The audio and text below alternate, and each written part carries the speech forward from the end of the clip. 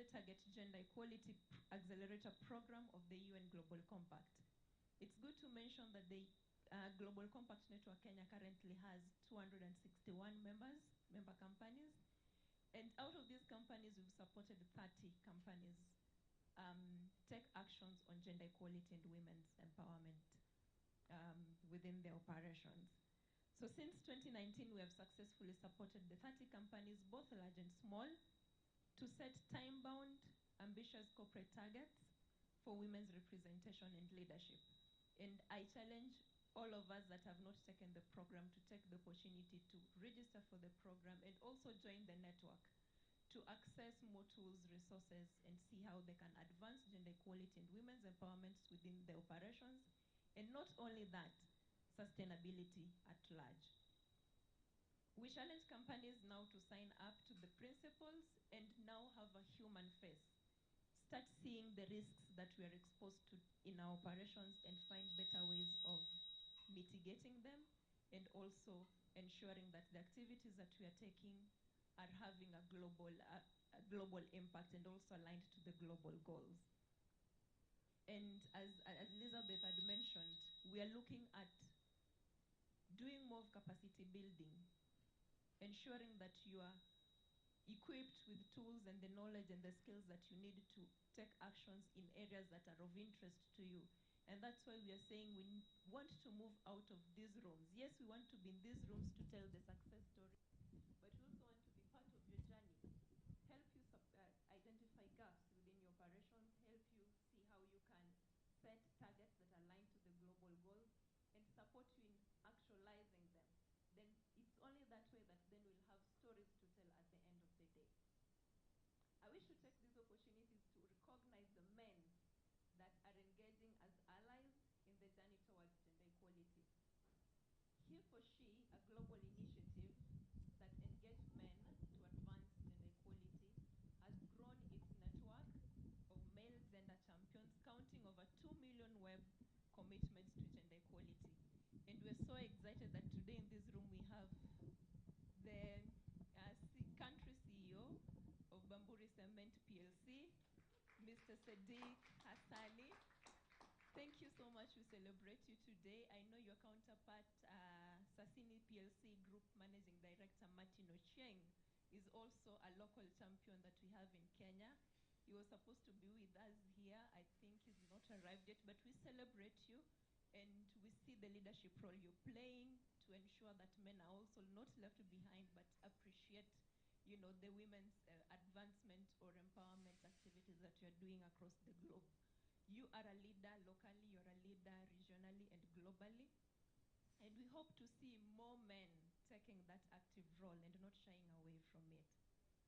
So as Global Compact Network Kenya, we are truly proud to see our members accelerating and scaling up impact on gender equality at the global arena. Ladies and gentlemen, today we will witness for the first time ever 4 organizations signing up to the Women's Empowerment Principles. And here they are. Thank you so much. We celebrate you so much. It's a bold step that you've taken to publicly, you know, declare that you have activities or you're committed to advancing women's empowerment. And we are ready and committed to walk the journey with you. So, as I end, a seat at the table is not enough. Women's voices must be heard and have equal weight. This means not only looking at diversity numbers, like the gender parity which we always talk about, but focusing on establishing truly inclusive workplaces. Business as usual is no longer working for men and women. Let us go beyond the status quo to advance gender equality across the workplace, marketplace, and community. And by that, I thank you all and wish you all a fruitful day, hoping that this day will add value to whatever you're already doing within your spaces. Thank you.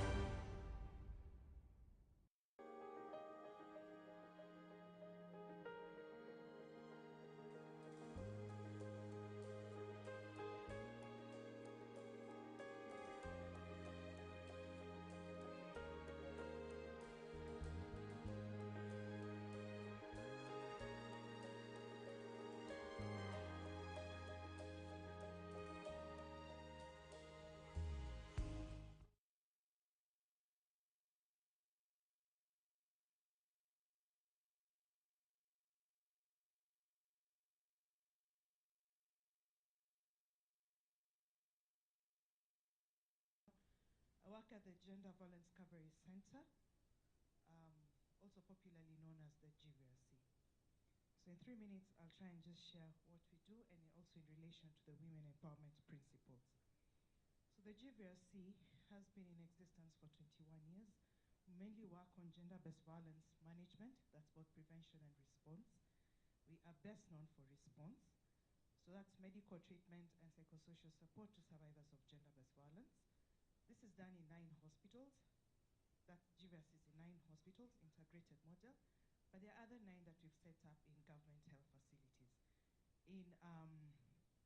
As a replica of the model that GVRC has, we also co-chair the National Sector Working Group. So in a year, we support on average 3,600 survivors of gender-based violence, both men and women, boys and girls. During the COVID was the highest that we had in 1 year. We had over 4,000 survivors of gender-based violence. And as you all know, based on how we are culturalized, how our culture and socialization would only seek medical treatment when it's really severe cases. This is at no cost to the survivor, but at a cost to the center. So we pay for the medical bills and the psychosocial support. It's all ages. We've had a woman who's 105 undergoing sexual violence. We've had a baby as young as 3 years undergoing sexual violence. We've had an unborn babies who the moms are beaten and then we lose them. So it's all forms of gender-based violence, highest being 76% being sexual violence.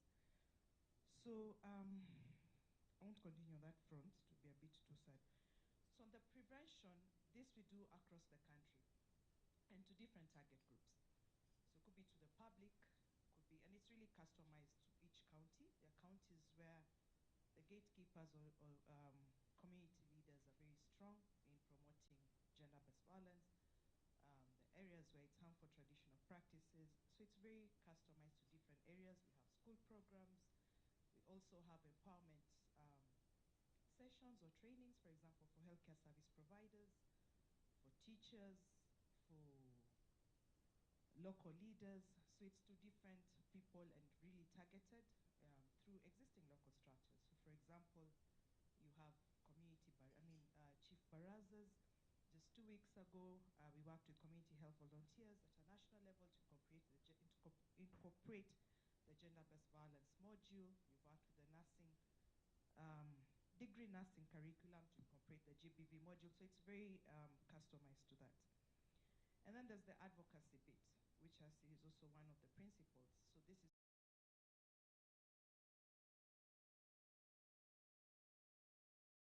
of the same, but also response to the same. So that would be at a national level. Now I'd like to talk in regards to women empowerment and what we do in that front. So we have what we call, one of the programs that we have is called corporate engagement. So what would happen is we would engage an organization, make sure there's something called managerial stewardship, just to engage the leadership to understand the cost of gender-based violence.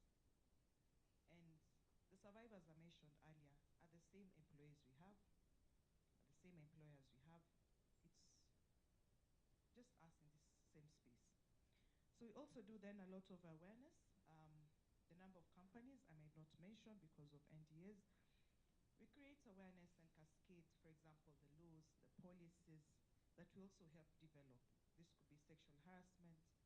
There's now a big discussion of safeguarding principles and all that. So it's about, yes, there's the creation, or the development of the policies at the workplace, but also how do you implement the same. So for example, you have the Employment Act. There's the whole breastfeeding, nursing issue and things like that. If not, some of the institutions are not implementing, among other things. So we also support in terms of getting responsive mechanisms. So I'll give you an example of one institution that has creche. And what they did is then we enhanced their capacities to be able to identify children who are being abused or children who need certain support. There are organizations where they have hotlines, or they have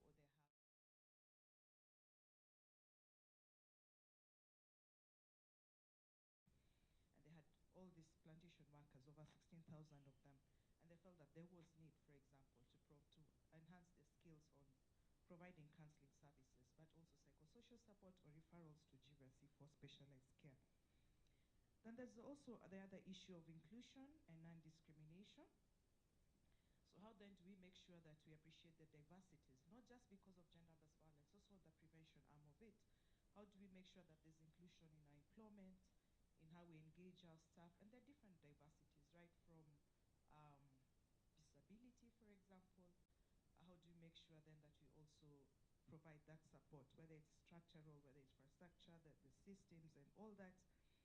And just make sure that there's inclusion, and there's equal opportunities for everyone, and also to enhance, for example, the potential of all the employees that we have. Another creative way of creating awareness in our workspaces or propose is also, would I say, marking calendar days, GBV calendar days, or creating activities. So for example, May was a mental wellness month. So hopefully then that we had sessions in our workspaces to create awareness of mental wellness, to provide that support if needed.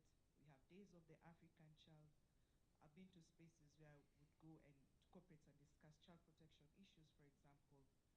And the different 16 days of activism, which are 16 days towards the end of the year, where I would celebrate the Human Rights Day, the HIV/AIDS, and just being able to have those conversations and break the taboos that are in our spaces. And maybe the way I was brought up were some of these discussions that we don't have. Thank you. Oh, thank you so much indeed, Ms. Alberta Wambua. Next on line, please put your hands together for Ms. Angela.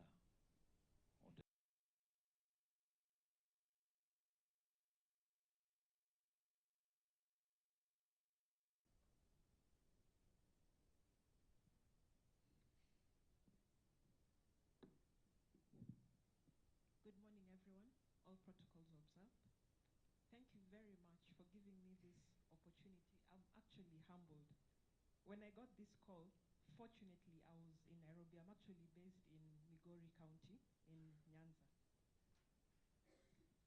As a WEP signatory, and our WEPs journey has officially begun today. This is not something we are starting now, but we've done it for the past 8 years now. We are proud to join the global list of signatories. But why are we joining WEP? I'm the co-founder and managing director of Rio Fish Limited. I come from a fishing community on Lake Victoria. The men are the fishermen, naturally. The women are the traders. I don't know how many of you have ever met a man hawking fish on the streets. I mean, if anybody has, please introduce me to him. Okay, she says in Naivasha. Okay. Well, that is away from the lake.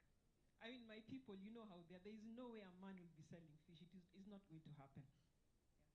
So just by show of hands, how many of you had fish in the past week? I'd say 80% of you. Just picture this. Imagine your wife, your mother, or your sister having sex with a strange man for you to have that fish you just ate. Well, this is something that is happening every day in my community. We rely on fish for food and as well as our economic empowerment. So as these men are fishing, the women are getting the fish from them. We all know what's happening on Lake Victoria. There is no fish, especially tilapia. So we have a lot of fish coming in from China, which we are all complaining about. But the thing is, there is no fish. Yeah? We have fish coming from Uganda, from Tanzania. Those of you who don't know, in Kenya, we only have 6% of Lake Victoria. The other 94% is shared almost 50-50 between Tanzania and Uganda. Also, the aquaculture industry in Kenya is infant. So we really do not have that fish. So as you complain about China bringing in fish here, it's not, I mean, it's something we need. The fish is just not there. So we need that fish to come in. So many women, thousands of women in my community actually go through this every day. So basically it's prostitution for you to survive. I mean, in this day and age, why should any woman have to do that? Yes? And as if that is not enough, there's violence that comes with it. So my aunt, Milka, is one of those women. She's a living, breathing example who I talk to every day. So Milka relies on Brighton and Calvin, who are renowned fishermen. They demand sex, she gives in, and she's allocated fish. And guess what? She still has to pay for this fish. The sex is for the allocation, not to get, to receive the fish, just to know that this is your quota. Then now you come and pay for that fish. So with that, Milka's husband is not going to be happy. So there comes the gender-based violence. And most of the time, again, Milka will have to travel. So previously, she used to get fish at Rasira Beach, which is where we are based. And then now she has to travel to Muhuru, wherever. And many times she goes and she's gone for 3-4 days looking for that fish. Imagine what is happening to her children when she's left, when they are left behind here. So this is something that, it impacts her in so many ways. Not only is she spending a lot of time away from home, she comes back and there's the gender-based violence.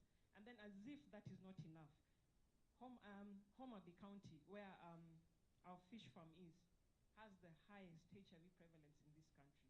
It's not because we're having more sex than everybody else. It's just because of that sex for fish vice, which we prefer to look away from and pretend it's not happening. But it's happening, it's real, and they're living, breathing people who are going through this every day. So for me, why should women why should women endure this wanton sexual exploitation when they seek fish supply? It's not acceptable. Women like you and I can actually set up organizations and work with these women and help them. At Trio Fish, what we do is that we promote smallholder fish farming. Smallholders have a myriad of problems, from post-harvest losses, lack of access to market. So we promote the smallholder fish farming, then we aggregate the fish from the farmers and we pay them on the spot. And then we have franchises where now the women traders can come and access fish. These franchises, again, are owned by women. So what we do is we pick the star women traders in certain areas, we empower you, and then we allow you to be able to own a franchise. So we supply with fish on credit in the morning. By end of day, you pay us for the fish. So what are you doing? You're making sure that the women traders who are working around you can access fish readily, easily, and in a dignified manner. For me, there is no reason, none at all, why anyone should exploit you when you're working hard for your economic empowerment and food security. And that is why I left my job. I was a banker, moved away from Nairobi, and went and settled in the village. And I'm so happy because today we have women who do not have to rely on these men, and every day, they're even training other women. We even have groups who now own their own fish cages. And with these cages, they're able to produce fish, which they sell to other women, and they also sell for themselves. And women are now even, getting hatcheries. So what I'm saying is, women, let's stand together and support other women. We're not looking for handouts. And trust me, grant funding is good, but it is not sustainable. What we want is funding that can come in, build us, and we can sustain it. So we're a for-profit organization, and we don't promote NGOs because much as they're good to start with, they are not sustainable. No one is able to give you money every day continuously. So what we want is women who are getting into business, and we're also training you to make sure that you understand how business works and you're not eating your capital and thinking that you're growing. So we are training you all the way. So we train you from how to run your business, how to manage your finances, how to keep records. And we also have a mobile app, which helps these women not just to rely on conventional selling on the street, but you can actually log into that app and order fish from the nearest trader to you, and then it will be delivered by a boda boda rider. So these women have, more customers. The boda boda, the youth who are most of the boda boda riders have, some sort of income, and you're able to enjoy fish in the comfort of your own home. So I see, very beautiful women around here, all dressed nicely. You don't have to gut and scale fish. We take that off your hands, and then, the fish is brought. It's just a phone call, and the fish comes to you, or you log into our app. Thank you very much. Wow, wow, wow. Thank you so much for what you're doing, Ms. Angela Otero. Ms. Florence Sugut, President, Women's Indian Chamber of Commerce and Industry. Makofi yake tafadhali.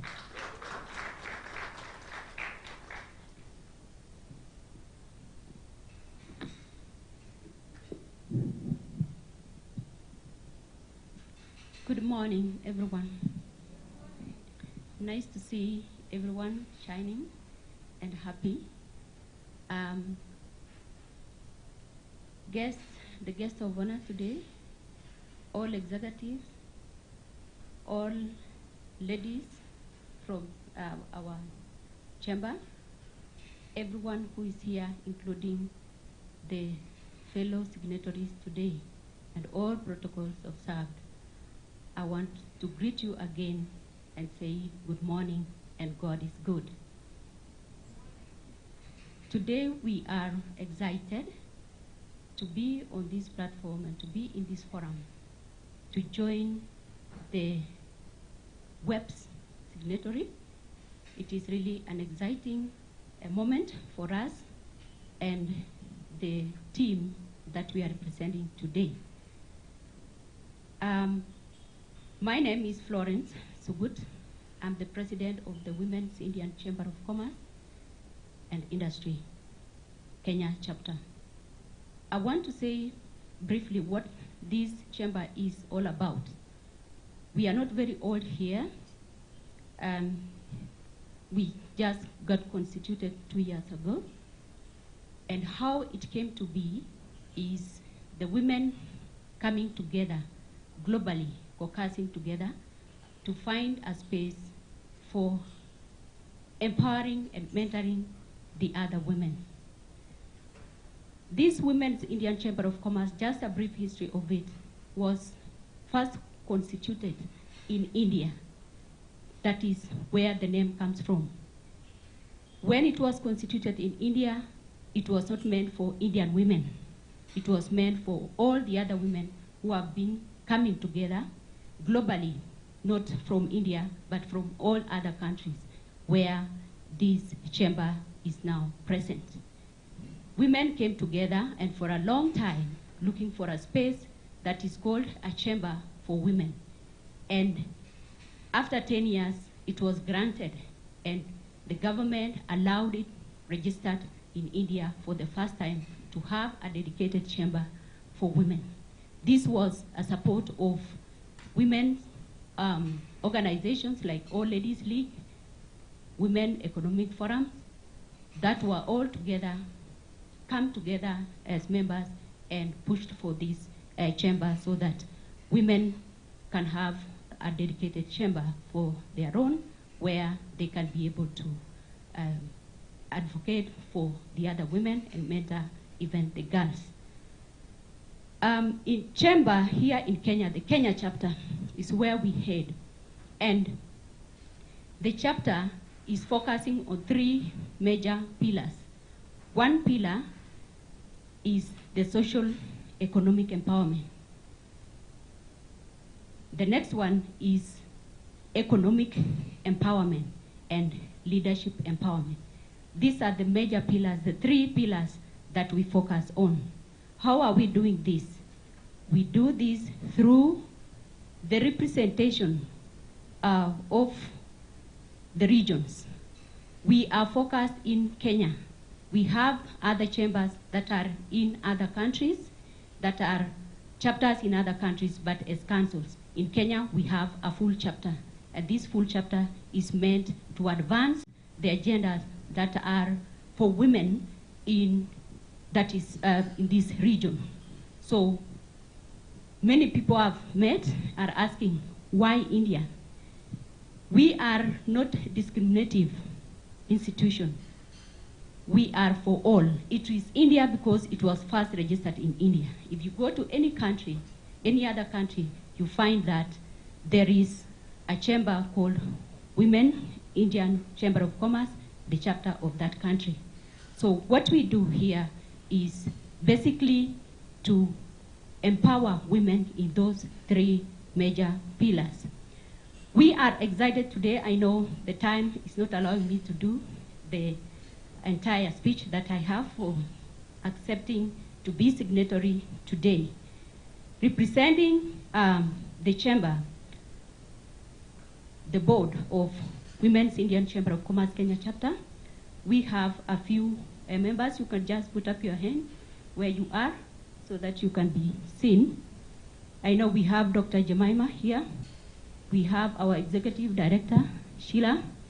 We have Viola, representative of the Lower Eastern region. Are you there? Thank you very much. So today we want to affirm that we are happy to be signatories of the Women WEPs because we are committed to that. Even before we came to this platform, thanks to everyone who has been working with us, holding our hands, and taking us through this path. I want to recognize Margaret Kamau, who is there, who has really taken us through the journey. Thank you, Margaret. We really appreciate you. I appreciate Elizabeth Obanda here. We've walked through the journey together, and I appreciate everyone else who has made this day what it is today. We accept to be the signatories of the WEPs because we know this is what will bring us to another level, and especially in supporting women and mentoring the girls. Our mission is to mentor, to empower women and girls and bring them to the level that they can all be the same as others. Through our networks, global networks, we are able even to link them to the markets and also have mentorship programs. I want to thank you as I conclude. We shall be later requesting a comprehensive session with our membership to explore opportunities that exist between our institutions and the institutions that we are meeting here today. As we see Kenya chapter, we hope to ensure not to leave this boardroom without an idea or partnership to carry back to our members, and more so the new ideas that we have seen here and we have captured here today on how we shall implement our acceptance within the framework of the WEPs principles. We shall also be pleased to that you can join us in deep diving on the future in which global and international businesses create unprecedented opportunities for women as we uphold the women's empowerment principles, which we frequently refer as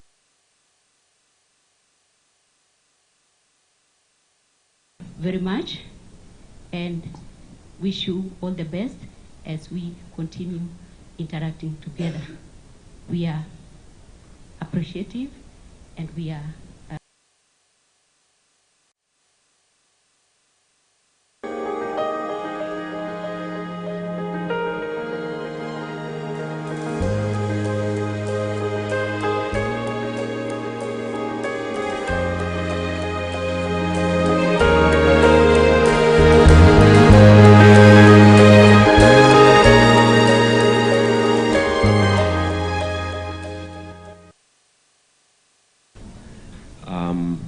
It is an honor to be standing here and presenting and talking about WECL Limited.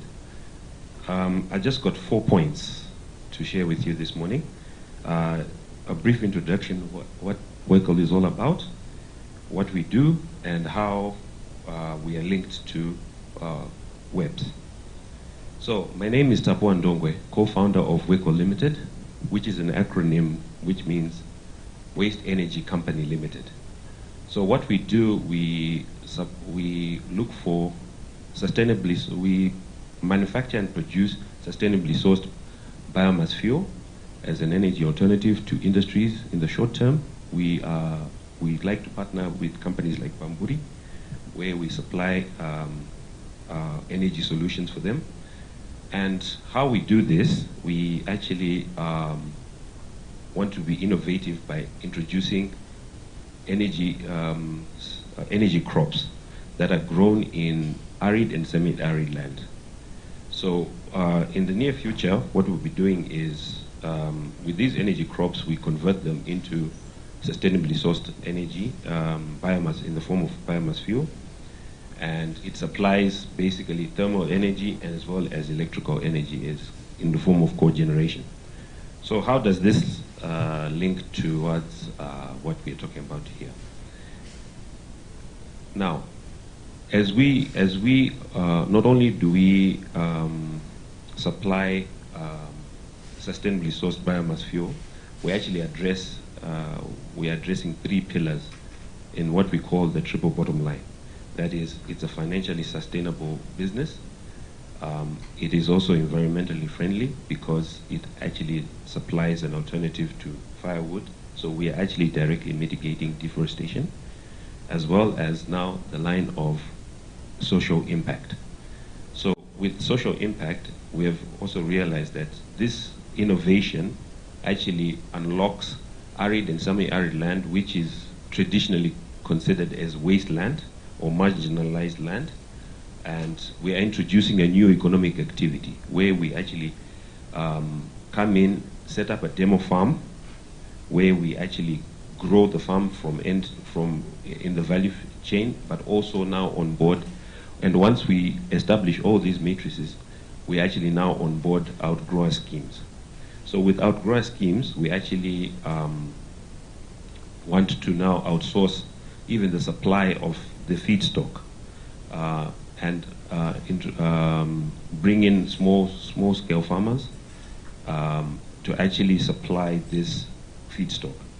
Now, in the midterm to near future, we will also be now onboarding, partnering with women who also now be supplying to the domestic market, because this can also be an alternative to charcoal, and it can also mitigate the demand for wood fuel even at the domestic level. So we want to directly link up with WEPs to actually tackle principle number 5, which is to implement enterprise development and supply chain for practices to empower women. So what better way than to actually be embedded in an ecosystem like this one, where we can actually learn, build our capacity, and actually design a purpose, a strategy, and embed it as part of our growth plan to actually empower women. And that's why we are standing together with you. Thank you very much. Well,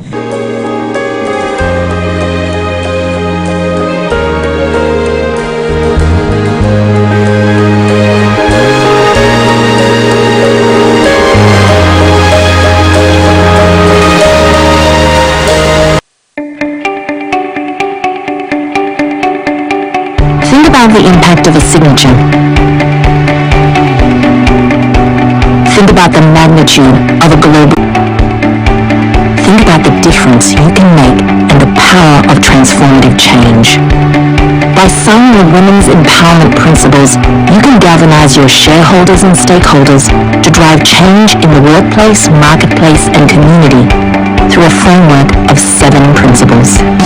Brought to you by UN Women and UN Global Compact, the Women's Empowerment Principles are a roadmap for business sustainability, innovation, and productivity.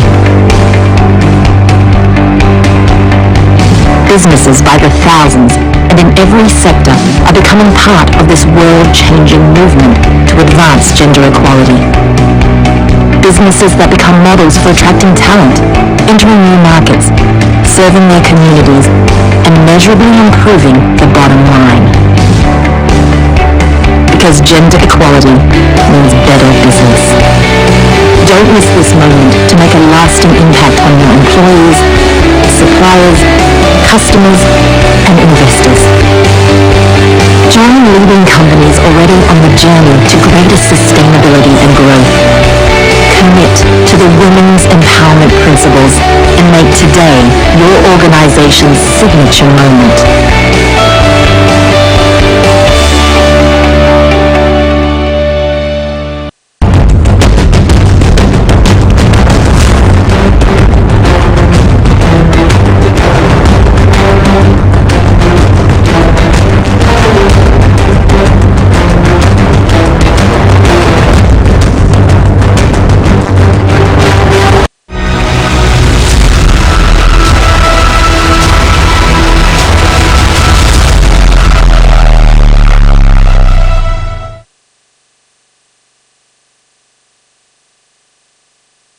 Makofi yake nyingine tafadhali.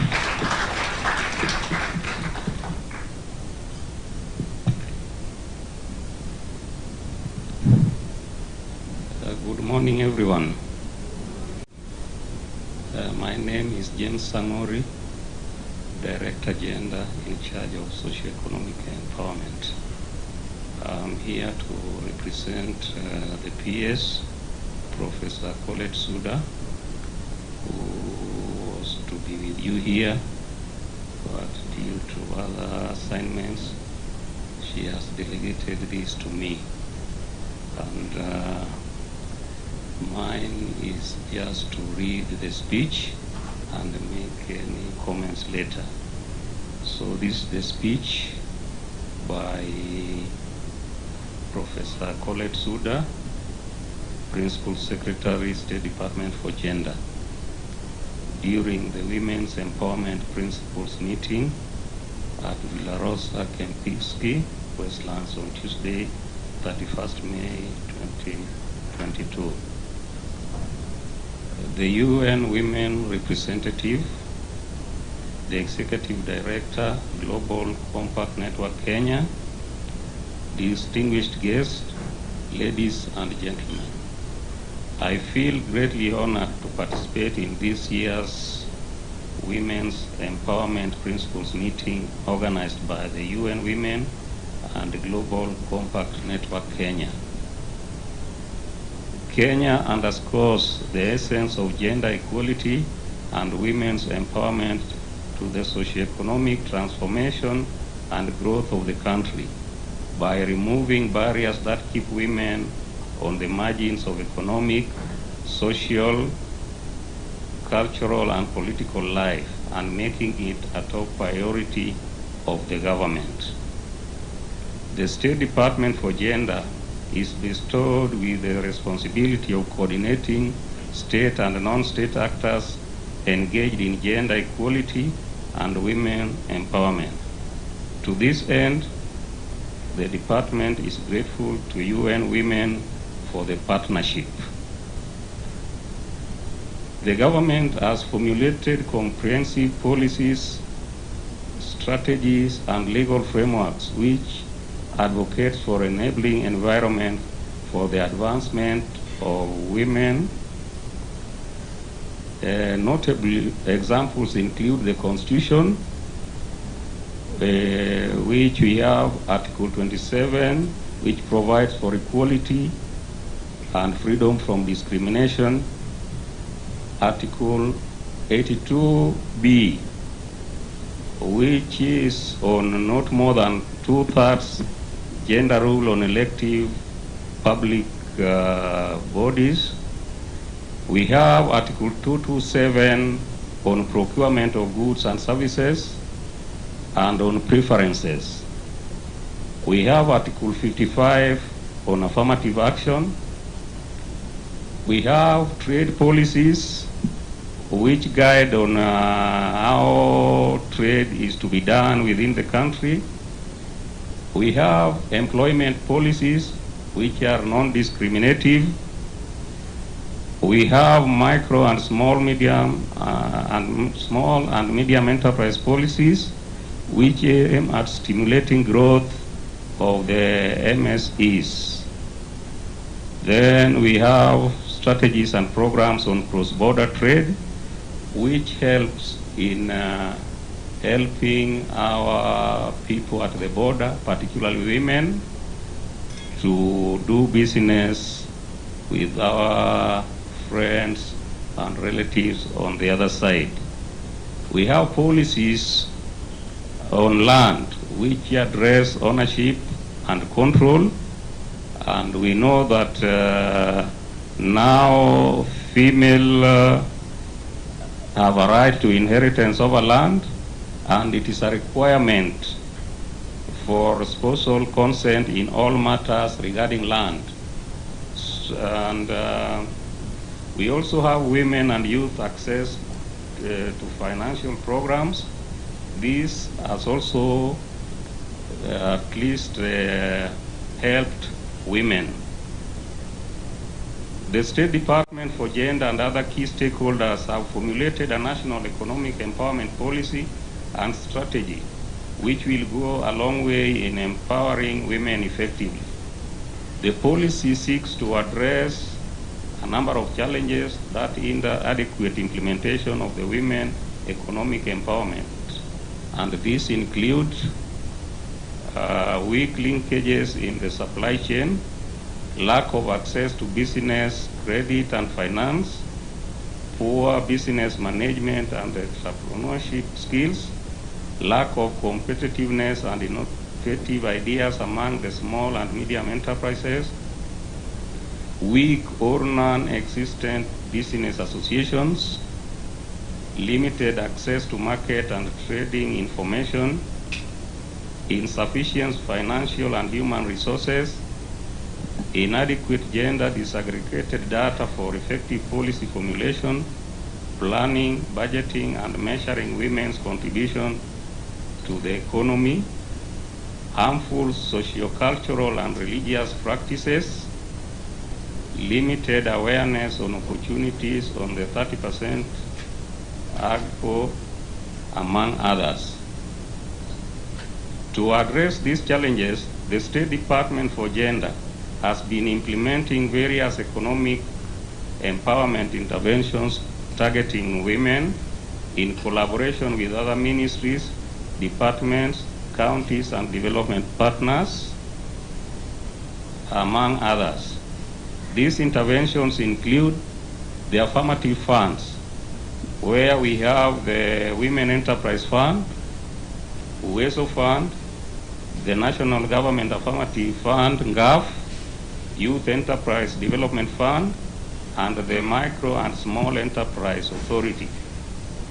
Cumulatively, the government has provided more than 20 billion to support women financial inclusion in economic investment using these affirmative funds. The other one is access to government procurement opportunities popularly known as AGPO, which reserves 30% of procurement opportunities in government departments and agencies to youth, women, and people living with disabilities. On ownership of land, we know that there is the Land Registration Act has provisions which protect women access to land and other properties necessary for credit access from financial institutions. The ministry responsible for ICT has also established ICTC hubs in almost all constituencies to promote digital training. And the government has also set up a 3 billion stabilization facility. This is the credit guarantee scheme, which enables small, micro and medium enterprises to access credit facilities easily from commercial banks. The other issue is that gender-based violence is a major barrier to achievement of women economic empowerment. And the government and various stakeholders have put in more efforts in the campaign against gender-based violence. Unpaid care and domestic work also limits women's participation in productive activities. And the government is committed towards making the integration of unpaid work, unpaid care and domestic work into productive economy a reality by developing a national policy on unpaid care and domestic work. And to effectively implement women's economic empowerment programs, collaboration and partnership between the various stakeholders is required. I therefore call on the private sector to take a leading role in the implementation of the reservations in procurement, provision of capital to women entrepreneurs, training, and mentorship. To conclude, I appreciate and thank you, UN Women and Global Compact Network, Kenya, and other organizations represented in this meeting for your commitment to champion women economic empowerment in the country. Thank you.